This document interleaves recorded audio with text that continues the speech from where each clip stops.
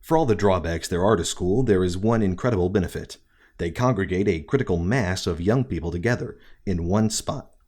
At first, this may not seem like such an incredible benefit. Cliques form, fights ensue, mental trauma is suffered, and childhoods are wasted. But in this gulag-like morass of public education, high IQ children enjoy something they will never again upon entering adulthood: enough high IQ peers to form a social life. If you think about it, school is the only time in one's life where all the children within the region are forced to go to the same place and socialize. And while there is everything wrong with today's education system, it does bring a critical mass of all types of children together. This creates the environment where friendships, some of them lifelong, form, which is one of the most important things a human can have in his or her life. Of course, high IQ children are likely to be mocked as geeks and nerds. And yes, abnormally intelligent children will get beaten on the playground. And yes, genius children will be mentally tortured by their teachers for 13 years. But in the end, they meet equally intelligent peers who are so statistically rare it would be unlikely they'd ever meet and form friendships had there been no such thing as school. Unfortunately, school is an artificial environment, and once college is done, this artificial environment goes away. And what children, who are now adults, assumed was going to be a constant variable in their lives since the age of 5, and would continue on forever, ends. And slowly but surely, so too does the number one thing in their lives: their friendships. This presents the fundamental problem high IQ people face in their social life. What they considered to be a base or normal social life is not sustainable. It is very much like a stock market bubble, pumped up by temporary forces that will inevitably go away. And when these forces go away, school and college, their social life will crash down to where it should be, or is considered normal. However, the social life that is considered normal for an average person with an average IQ is not the same for an above-average person with an IQ of 135.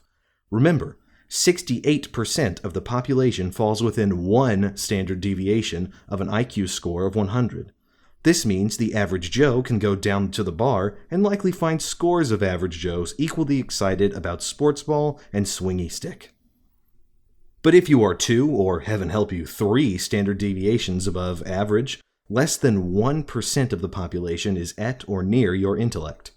This sheer rarity of smart people makes having a social life incredibly difficult. It's not only hard to find equals, but nearly impossible to find them in the quantities needed, let alone nearby, to have an effective and rewarding social life. Thus, the crash from the artificial social life supported by a fleeting school environment to the base or normal social life supported by the real world is cripplingly dramatic for abnormally intelligent people. But what makes it worse is the rate at which it happens. Unlike a stock market crash, a smart person's social life crash does not happen within 15 minutes of trading for reasons that are readily identifiable. It is amortized over a long, painful, and confusing process that can sometimes last over 2 decades. Worse is because we were so normalized at a young age to think the inflated social life school afforded us was normal, we have no idea why our social lives are collapsing, and become increasingly distraught as our efforts fail to stop it. One day you were out partying with your buddies in college. Now you're contemplating buying a 5th of scotch to make your day go by faster, and you have no clue why.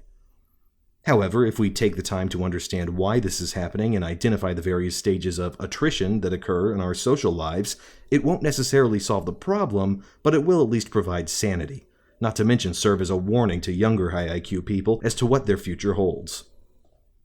Attrition. The first stage of attrition starts the day you leave school for good. This could be high school, college, grad school, even the military. Once you leave any artificial environment where abnormally high numbers of similar-aged peers are congregated together, you have left the environment that has been producing the abundance of raw materials that has made your social life. You replace this, then, with a career. And when you do, 2 things happen. 1, you are no longer attending a place with similarly intelligent people you choose to hang out with and socialize with. You are thrown into a petri dish of commoners, none of which with you have the same report you did with your buddies in school, and 2, your buddies are doing the same. At first, this may seem to be a boost to your social life. You are no longer burdened with the unnecessities of school and can now focus on work and making money. Additionally, you can spend your early 20s traveling, going out drinking, partying, gaming, or whatever it is you dreamt of doing while cooped up in college. This certainly will be a boost to your social life, but only in quality, not quantity. For if you were paying attention, you'd realize that the handful of friends who took jobs out of state was the single largest decrease in your social network since you started school and kindergarten. Sure, it may have been 2 or 3 guys who joined the military. And what if it was just a couple girls who left the group to pursue their careers in New York? Yes, it certainly was innocuous, but it's the beginning of the end. The next stage of attrition comes with the opposite sex. Not that you were unaware of them up until now, but some of them, namely women, want to start having babies. Some of them even want to get married before doing so. Of course, the courting process takes a bit, which may grant your social life a bit of a reprieve, but your friends, male or female, do not have to get married before they're picked off like German Messerschmitts in the Battle of Britain, ne'er to see their friends again. All it takes is one cute boy or one cute girl to whisk away your best buddy, and suddenly he's too tired or she's staying in to grab a bite at the local Perkins. This stage of attrition is about twice that of the first and accelerates over time. Soon your ranks drop down 25%, 30%, perhaps even a full half as your friends find significant others and prefer their company over yours. Of course, their intention was never malicious, as if you had somehow wronged them and they never want to see you again. It's just the facts of life that biology is the single largest force in the human psyche, and friends are inevitably trumped by sex, love, and pair bonding with the opposite sex. You may not like this, but it is a fact you do not control. Still, even though they're spoken for, you do manage to see your friends. Less frequently, of course, and not for those nightly romps around the dive bar district, but still maybe once every 2 weeks, perhaps once every 3. Even marriage doesn't stop this, as marriage is merely putting a governmental rubber stamp of approval on a relationship that already exists. Rings or not, your buddies still hang out, your girlfriends still have girls' night out, and your social life isn't totally crippled yet. That is until children. Children is the third and most devastating stage of attrition to your social life. And the reason why is because it has to be. When people have children, they should give up their current life to ensure their children are properly raised in theirs. And while your friends' breeding may be the death knell to your social life, it would be the epitome of child abuse if they prioritized their social lives over their children. Children, however, present a two-sided coin when it comes to the social lives of abnormally intelligent people. One, you certainly don't have to be on the receiving end of this to have your social life ended when it comes to children. If you yourself have a child, your social life is just as effectively over as if all your friends were to have children. But 2, smarter people tend to have fewer kids anyway. Their reasons are many and valid, but it doesn't change the fact that this more or less forces them to endure the attrition of their social life as their friends follow their biological imperative and they don't. In other words, you're in a catch-22. If you have kids, your social life is effectively over, which is fine because presumably this opens a new chapter in your life, a family, and replaces your proto-family, your friends. But if you don't, there is nothing to replace your slowly crumbling social life because, once again, you didn't join the herd and breed. And since friends were all the family you had, and humans are the most important thing in life, this stage of attrition is particularly painful. This then leads to a 4th stage of attrition, and not so much attrition, but rather ostracization. By the time you're in your 30s, and assuming you had no children, you are statistically likely to be doing very well, and start substituting adventure and exploration for the increasing absence of friendship. This is a double-edged sword in that you increasingly lead a much more interesting and engaging life, but with fewer and fewer people around. You want to go skydiving in Madagascar? Very interesting, but your friends can't afford it.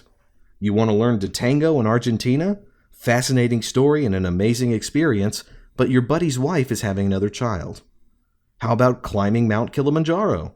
I would love to, but I haven't kept in shape like I used to in my 20s. The hike would kill me. This results in a vicious spiral wherein substituting an increasingly adventurous life for a social one further removes you from whatever social circles you had. You could have visited the Arctic Circle, done the Beartooth motorcycle rally, visited the ruins of Sudan, but there you are at the exact same Christmas party with the exact same stories and exact same observations about the exact same topics every Christmas party conversation ever was. My child is 4 but reads at a 7th grade level. I really need to finish my master's, but my company won't pay for it. My goodness, did you try the cake? It's excellent. I need the recipe. I really need to hit the gym, but I just don't have the time for it. It sends you screaming for the door to load up your motorcycle, find your next great adventure, right off into the sunset. Which only guarantees you'll be further removed when the next Christmas party rolls around. Curse of the High IQ is available on Amazon.com in both paperback and Kindle formats. It is also available in audio at Audible.com.